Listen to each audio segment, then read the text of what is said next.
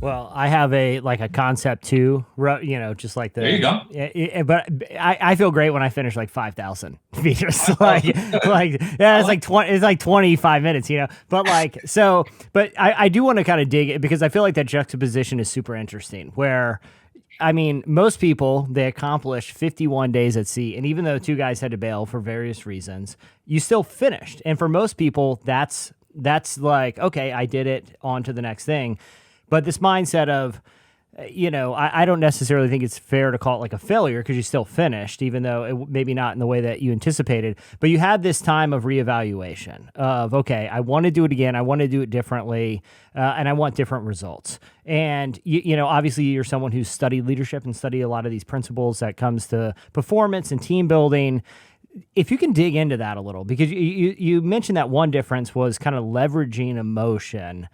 Can you dig into that a little? Because I feel like I feel like there's a lot of different leadership philosophies I hear that are sort of one size fits all. That, if you have a team and sort of like this sort of stoicism that kind of goes into some leadership principles, but you kind of took an opposite route where you leaned into the emotion.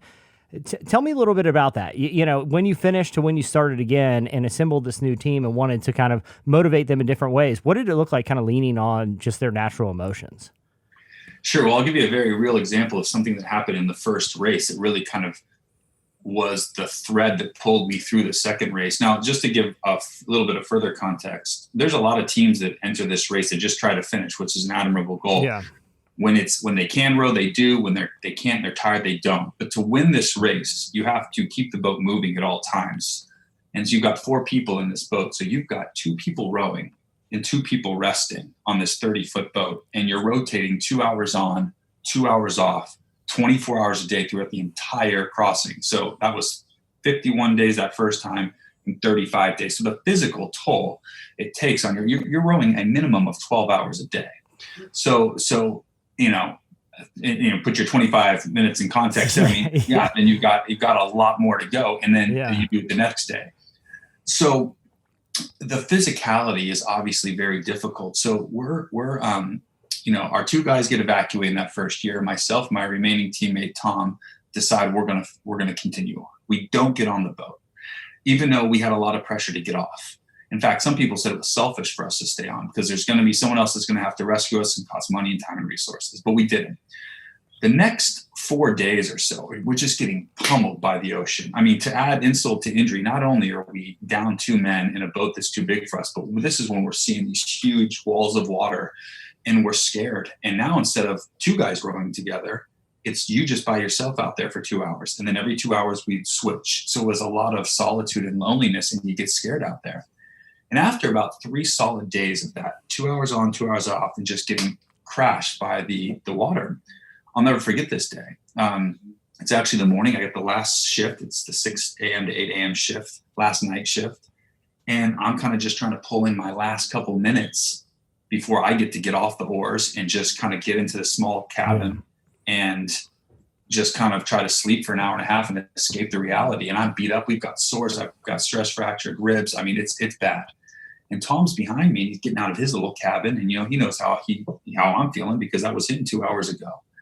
And we kind of offered words of empathy and encouragement as we transfer over. Good job, hang in there, go get some rest. I got you here. I'm gonna row as hard as I can, all this kind of stuff. So I'm kind of looking for those words. But instead, at that moment, what he chooses to say, he goes, "Hey, what do you want for breakfast?" That was it. Those were his words. He just said, "What do you want for breakfast?" I was so pissed at that moment. Yeah.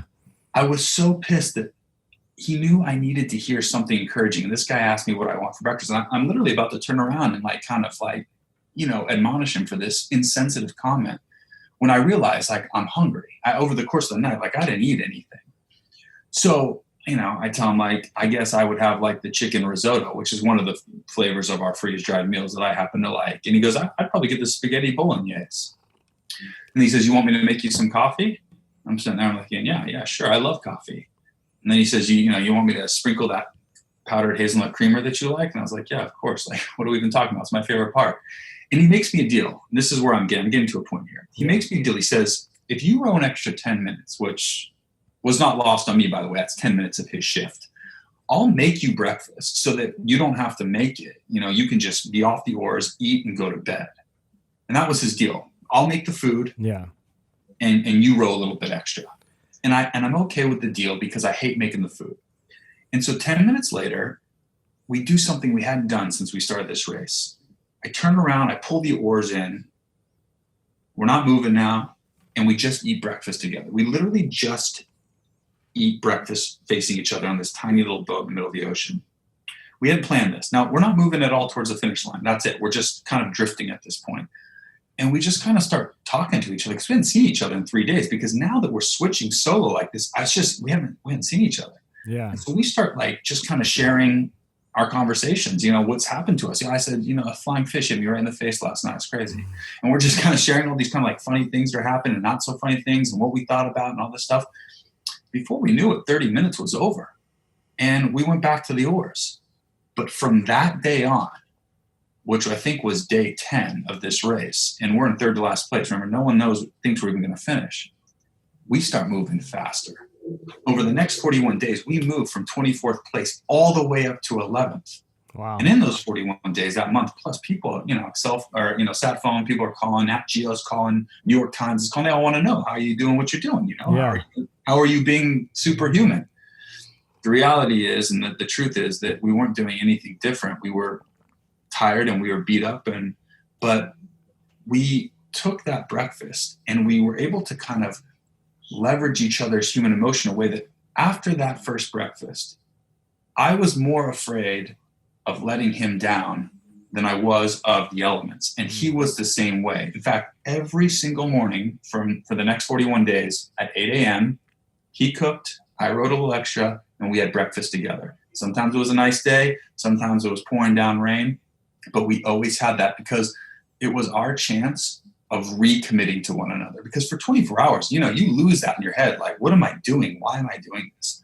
And that breakfast was a chance for us to remind ourselves why we were doing. No longer became about our sponsors or became about the world as a whole or our records. It became about each other.